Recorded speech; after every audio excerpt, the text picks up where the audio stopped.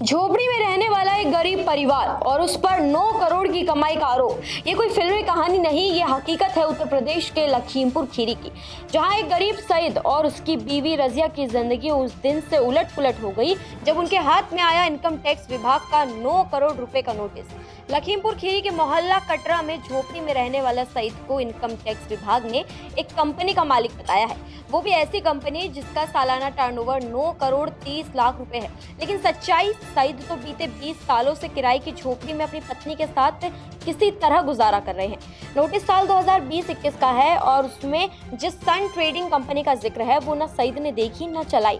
बहराइच और सीतापुर जैसे शहरों में उनके नाम के कारोबार हैं और जब इनकम टैक्स की नजर पड़ी तो नोटिस सीधा झोपड़ी के दरवाजे पर आ गया।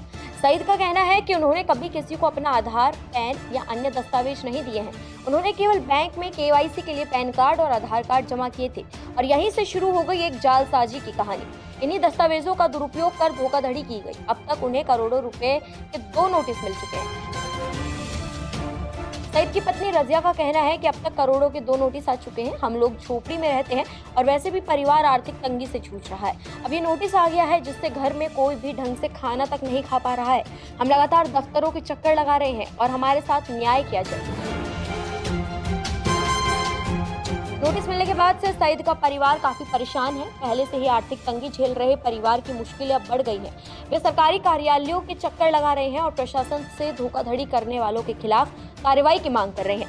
ये मामला सिर्फ सईद तक सीमित नहीं है। सवाल ये है कि जब गरीबों के नाम पर इस तरह की करोड़ों की कंपनियां खोली जा सकती हैं तो सिस्टम की निगरानी कहाँ है और डेटा की सुरक्षा किसके जिम्मे है?